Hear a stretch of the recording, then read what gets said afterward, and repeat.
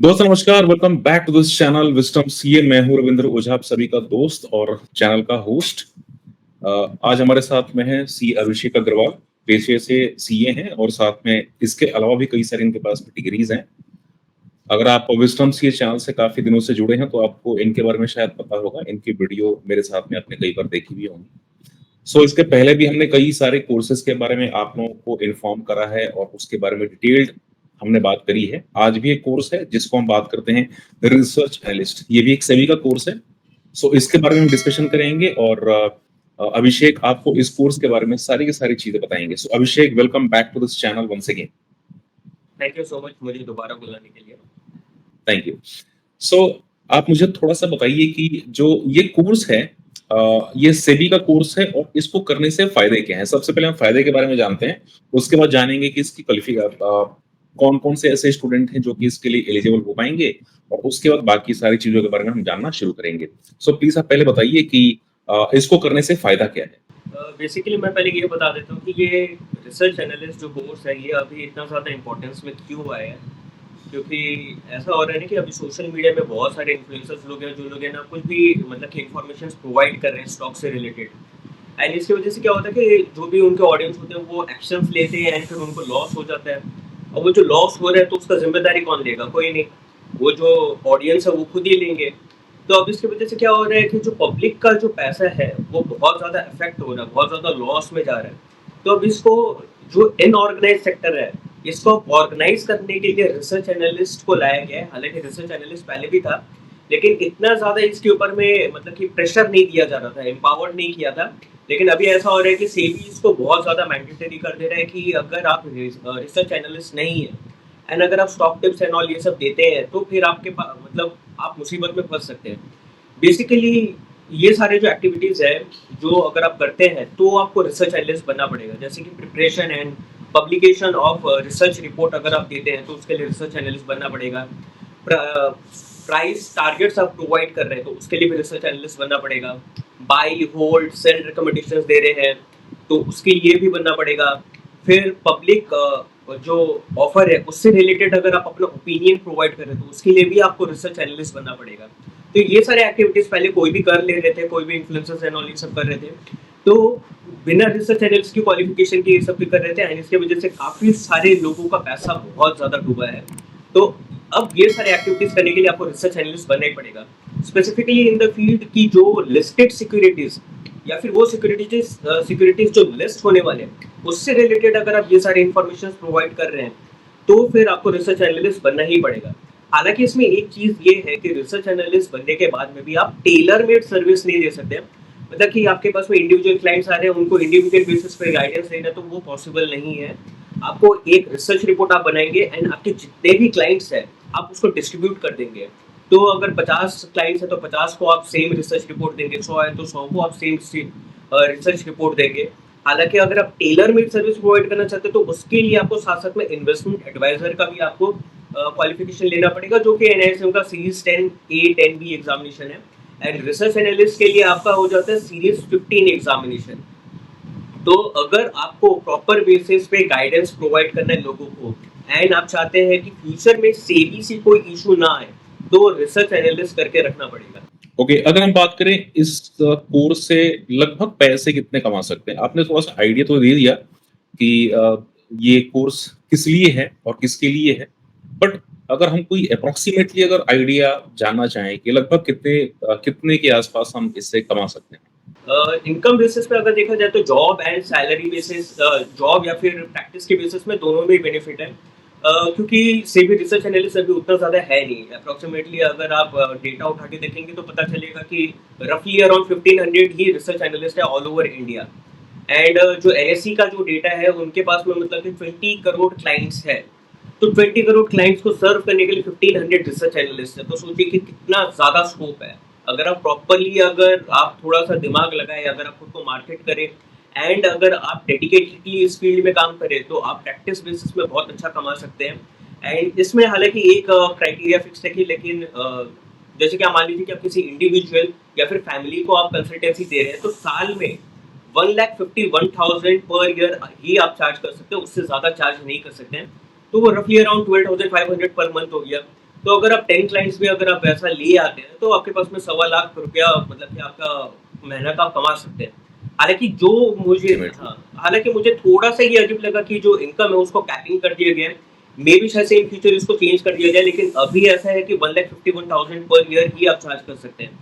हालाँकि ये तो मैंने आपको प्रैक्टिस के बेसिस पे बताया, जॉब के बेसिस पे भी देखा जाए तो कंपनीज़ हायर कर रही है ऐसे लोगों को जिनको प्रैक्टिकल बेसिस पे ये सारा काम करना आता है, ट्रेडिंग करना आता है, उनका पैसों को इन्वेस्ट करके ग्रो करना आता हो, तो वो रिसर्च एनालिस्ट जो प्रैक्टिकली एक्सपीरियंस्ड है, उनको हायर कर रहे हैं। एंड साथ-साथ में अगर आप जैसे कि कंपनी के साथ में जुड़े हैं ना, आप रिसर्च एनालिस्ट नहीं हैं, लेकिन आप करना चाहते हैं कंपनी के अंदर रहते-रहते, तो आपका जो भी खर्चा है वो कंपनी उठा लेगा। तो आपके लिए देखा जाए तो वो कोर्स कंप्लीटली फ्री हो जाएगा। एंड इसके अलावा एक टिप मैं दे सकता हूँ इसमें ग्रो करने के लिए, वो थोड़ा-सा टेक्निकल हो सकता है, अगर कोई डिजिटल मार्केटिंग से रिलेटेड है तो उनको समझ में आएगा। जो कि है लाइक ये आपको ये समझ में नहीं आ रहा है कि आपकी जान-पहचान में कोई नहीं है, तो अब मैं क्या करूँ? तो आप या तो इंस्टाग्राम में वीडियोज़ बना सकते हैं, फेसबुक में वीडियोज़ बना सकते हैं, यूट्यूब में वीडियोज़ बना सकते हैं। इसके अलावा आप एड्स भी रन कर सकते हैं। अगर आपको एड्स रन करना था तो आप एड्स रन करके आप क्लाइंट्स इकट्ठा कर सकते हैं। व्हाट्सएप एड्स भी आप रन कर सकते हैं, तो बहुत तरीका है। अगर आप डिजिटल मार्केटिंग थोड़ा भी जानते हैं तो आप उसको यूज करके क्लाइंट बेस आप इजीली इनकम अपॉर्चुनिटी जो इन्फ्लुएंसर्स हैं, है ना? तो बिना आरए के, बिना किसी रिसर्च एनालिस्ट कोर्स के क्या वो वीडियोज़ इस तरीके से डाल सकते हैं या किसी को रिकमेंडेशंस दे सकते हैं? बहुत सारे जनरल कैटेगरीज है उसमें वो दे सकते हैं, लेकिन जो मैंने अभी स्पेसिफिकली जो क्राइटेरिया मैंने बताया जो बहुत ही स्पेसिफिक है, जैसे कि प्राइस टारगेट्स देना, बाई होल्ड सेल रिकमेंडेशंस देना, preparation of reports, public offering से रिलेटेड ओपिनियन प्रोवाइड करना, ये सारे एक्टिविटीज अगर कोई भी इन्फ्लुएंसर कर रहे हैं तो वो नहीं कर सकते हैं। जैसे कि एक यूट्यूब चैनल था बाप ऑफ चार्ट बोल के, उनका भी लाखों सब्सक्राइबर था, वो कोर्सेज भी प्रोवाइड कर रहे थे। एंड अल्टीमेटली हुआ ऑप्शंस क्या में कि he was providing in options. हाँ, तो अब हुआ क्या उनके साथ में, अल्टीमेटली सेबी ने उनके अगेंस्ट में नोटिस इशू किया 17.5 करोड़ का। एंड फिर इसके अलावा जैसे कि अस्मिता बुल के भी एक इन्फ्लुएंसर है, तो वो भी इस तरीके से कोर्सेज एंड ऑल ये सब सेल कर रहे थे, अपने टेलीग्राम ग्रुप में बता रहे थे कि क्या प्राइस टारगेट्स है, कितना पे ऑप्शंस लेना है, कितना में सेल करना है, कैसे ट्रेडिंग करना है एंड ऑल ये सब कर रहे थे। तो अल्टीमेटली सेबी ने उनके अगेंस्ट में भी अराउंड 50 टू 53 करोड़ का नोटिस इशू किया। तो जो अभी कर रहे हैं, बचे हुए हैं, उनके अगेंस्ट कोई एक्शन नहीं लिया जा रहा, तो वो सेफ है फॉर द टाइम बीइंग, लेकिन हो सकता है कि कभी भी उनके अगेंस्ट में कोई कंप्लेन कर दे, तो हो सकता है कि उनके अगेंस्ट में भी एक्शन लिया जा सकता है। क्योंकि आज के टाइम में रिसर्च एनालिस्ट बनने के लिए ऐसे थोड़ा तो लीनियंसी कर दिया गया है कि जैसे कि पहले फुल टाइम आरए होना पड़ता था, लेकिन आज के टाइम में part time RA, part time research analyst का भी क्राइटेरिया लिया है, क्योंकि सेबी चाहते हैं कि रिसर्च एनालिस्ट और बने। लेकिन अगर आप क्लाइंट्स के साथ में प्रॉपर्ली आप उनको इन्फॉर्मेशन नहीं दे रहे, आप उनका लॉसेस करवा रहे हैं, तो सेबी आपके अगेंस्ट में एक्शंस ले सकते हैं, भले आप रिसर्च एनालिस्ट ही क्यों ना हो। एंड अगर आप रिसर्च एनालिस्ट नहीं है, फिर तो सेबी आपके अगेंस्ट में मतलब कि बहुत ज़्यादा पेनल्टी इश्यूज़ कर सकता है एंड इम्प्रिजनमेंट का भी क्राइटेरिया आ सकता है। ओके, अब थोड़ा-सा जान लेते हैं कि जो इसकी एलिजिबिलिटी है वो क्या है? कौन-कौन से लोग कर सकते हैं? एलिजिबिलिटी में इसमें आपका एजुकेशन क्वालिफिकेशन आ जाता है। पहले जो था उसमें पोस्ट ग्रेजुएट के लिए आता था, प्लस 5 प्लस एक्सपीरियंस के लिए 5 इयर्स एक्सपीरियंस भी चाहिए होता था। आज के टाइम में उसको भी लीनिएंट कर दिया गया, जैसे कि मैंने कहा कि सेबी चाहते हैं कि और बहुत ज़्यादा रिसर्च एनालिस्ट बने। तो अब पोस्ट ग्रेजुएट का क्राइटेरिया को ग्रेजुएट में कन्वर्ट कर दिया गया है। जो 5 इयर्स का जो एक्सपीरियंस चाहिए था उसको भी घटा दिया है, मतलब घटा क्या दिया, हटा ही दिया है कि अब 5 इयर्स के एक्सपीरियंस का रिक्वायरमेंट नहीं है। सिम्प्लीफाई कर दिया पहले से काफ़ी। पार्ट टाइम आरए का भी क्राइटेरिया लिया है कि पहले फुल टाइम आपको रिसर्च एनालिस्ट होना पड़ता था, तो पार्ट टाइम आरए भी आप बन सकते हैं। तो उनको आरए के लिए बहुत ज़्यादा रिक्वायरमेंट है। एंड एजुकेशन क्वालिफिकेशन के बारे में अगर मैं बात करूँ, तो बेसिकली जो भी ग्रेजुएट है in the field of accountancy, finance, commerce, business economics, business management, actuarial science, insurance, banking, ये सब जो रिलेटेड फील्ड्स है, ये सब फील्ड्स में अगर आप ग्रेजुएट है तो आप इसके लिए एलिजिबल है। हालाँकि ये एक और चीज़ रहता है कि आपका क्वालिफ़िकेशन जितना हाई रहता है, उतना जब आप रजिस्ट्रेशन के लिए अप्लाई करते हैं तो आपको उतना ज़्यादा वेटेज मिलता है। जैसे कि मान लीजिए कि अगर आप ग्रेजुएट है इन कॉमर्स एंड दूसरी तरफ कोई एक सीए है, वो अप्लाई कर रहा है रजिस्ट्रेशन के लिए, तो उसको क्वालिफ़िकेशन के बेसिस पे सीए को थोड़ा ज़्यादा पॉइंट मिलेगा, ग्रेजुएट को थोड़ा कम मिलेगा। हालाँकि इसमें क्राइटेरियाज़ बहुत सारे हैं, तो अगर आपका मान लीजिए कि एक्सपीरियंस बहुत ज़्यादा है, आप पहले बहुत ज़्यादा प्रॉफिटेबल ट्रेड्स कर रखे हैं, तो उस बेसिस पे आपको एडिशनल पॉइंट्स मिल सकते हैं एंड आप फिर रिसर्च एनालिस्ट इजीली बन सकते हैं। तो इसमें सिर्फ एक एजुकेशन क्वालिफिकेशन ही एक क्राइटेरिया नहीं है, वो एक एलिजिबिलिटी का सेक्टर हो गया जिसके बेसिस पे आपको स्कोर मिलेगा। लेकिन इसके अलावा भी बहुत सारा चीज़ है जो देखा जाता है कि आप किस हिसाब से अपनी फील्ड में काम कर रहे हैं, आपके पास में कितना इंफ्रास्ट्रक्चर है, कितने एम्प्लॉयज़ आपके अंडर में काम कर रहे हैं, आप जो ट्रेड्स ले रहे हो वो प्रॉफिटेबल रहा है कि नहीं रहा है इन पास्ट, आपका कितना डिसिप्लिन है इस लाइन को लेके, आप और क्या-क्या काम कर रहे हैं, आपका नेटवर्थ क्या है, आपका तो ये जितना भी चीज़ है वो सब चीज़ को ही देखा जाता है। तो आपका एक एजुकेशन क्वालिफिकेशन हो गया, उसके बेसिस पे आप फिर एग्ज़ाम देते हैं। सीरीज़ 15 जो एग्ज़ाम है वो आपको क्लियर करना पड़ेगा। ऐसा नहीं कि सिर्फ आपके पास में क्वालिफिकेशन है तो उससे काम हो गया, आपको सीरीज़ 15 का एग्ज़ाम क्लियर करना पड़ेगा। फिर उसके बाद जाके आपका सारा प्रोसेस स्टार्ट होगा कि आप सेबी इंटरमीडिएरी पोर्टल में जाके आप वहाँ पे एप्लीकेशन देंगे। एप्लीकेशन कॉस्ट आपका 2000 रुपीज़ रहेगा, उसमें आप सब कुछ अपने डिटेल प्रोवाइड करेंगे कि पर्सनल डिटेल हो गया, एजुकेशन क्वालिफिकेशन डिटेल हो गया, तो ये सारी डिटेल्स देंगे, स्कैन्ड कॉपीज़ आप अपलोड करेंगे अपने हर चीज़ का। फिर उसके बाद में जो सेबी है वो ये सारे इन्फॉर्मेशंस को वेरीफाई करेंगे। वेरीफाई करने के बाद में, हालाँकि वेरीफाई करते समय वो बहुत सारी चीज़ के फोटोग्राफ्स एंड ऑल ये सब भी मंगवा सकते हैं।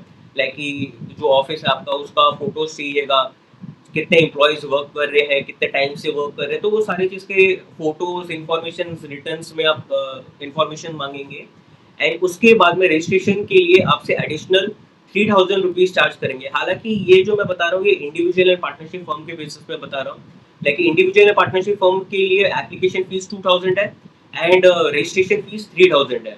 लेकिन वहीं अगर वो बॉडी कॉर्पोरेट हो जाता है एलएलपी या कंपनी, तो जो एप्लीकेशन फीस है वो 2000 की जगह 20000 हो जाता है एंड रजिस्ट्रेशन फीस 3000 की जगह 30000 हो जाता है।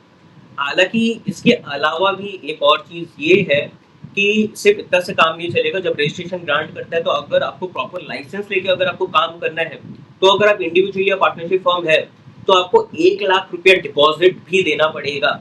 मतलब कि ये सिक्योरिटी डिपॉज़िट है, अगर आप बाद में छोड़ना चाहते हैं तो वो वापस से निकाल सकते हैं, लेकिन ये 1 लाख रुपया आपको सिक्योरिटी डिपॉज़िट देना पड़ेगा।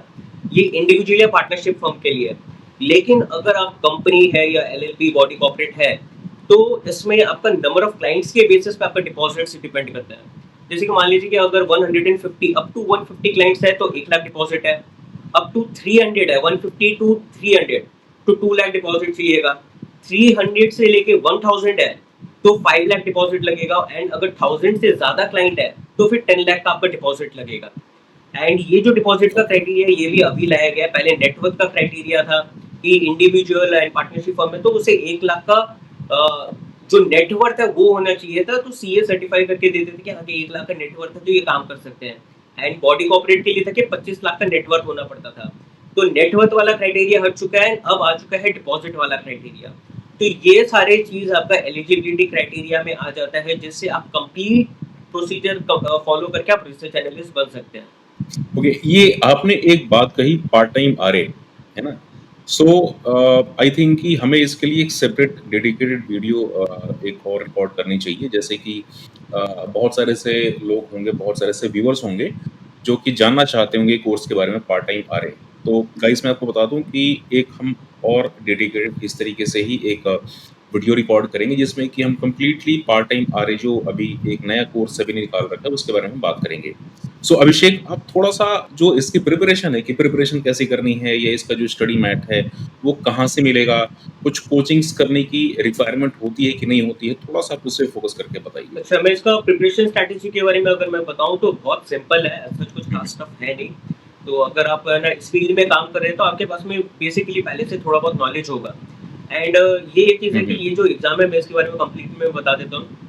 लाइक इसमें 100 एमसीक्यूज़ होता है, इसमें 2 केस स्टडीज़ बेस्ड क्वेश्चन होता है एंड हर एक केस स्टडीज़ में आपका 4 मार्क्स रहता है। तो 2 केस स्टडीज़ है तो 8 मार्क्स Okay. उधर हो गए, बाकी 92 मार्क्स का आपका जनरल एमसीक्यूज़ रहता है। एंड सबको के लिए 1 मार्क्स अलॉटेड रहता है। एंड इसमें क्या है कि आपको 60 पॉइंट्स चाहिए होता है, 60 पासिंग पॉइंट्स है। मतलब कि ऐसा नहीं कि अगर आप 60 करेक्ट आंसर दे दिए, 40 रॉन्ग आंसर दे दिए तो आप पास हो गए, नहीं। क्योंकि इसमें नेगेटिव मार्किंग भी होता है 0.25 का। तो आपका नेगेटिव एंड पॉजिटिव मिला के आपका 60 होना चाहिए। ऐसा नहीं कि आप 60 करेक्ट आंसर दे दिए, 40 रॉन्ग दे दिए तो आप पास हो जाएंगे, नहीं। क्योंकि 40 इंटू 0.25 आपका 10 नेगेटिव हो जाता है एंड 60 आपका पॉजिटिव, तो दोनों नलीफाई करके 50 होता है। तो अल्टीमेटली आपको 60 चाहिए। एंड इसके लिए आप स्लॉट बुकिंग आप कभी भी कर सकते हैं। ऐसा नहीं है कि 3 महीना में एग्जाम होते हैं, 6 महीना में एग्जाम होता है। आपको जब रेडी फील हो हम्म, एंड आपके एरिया में स्लॉट अवेलेबल हो, आप तब जाके आप ये एग्ज़ाम दे सकते हैं। एंड जब आप एग्ज़ाम के लिए बुकिंग कर ओके, रहे होते हैं तो आपको उस समय एक वर्कबुक भी मिलता है, जो एनआईएसएम के थ्रू प्रोवाइडेड रहता है वर्कबुक।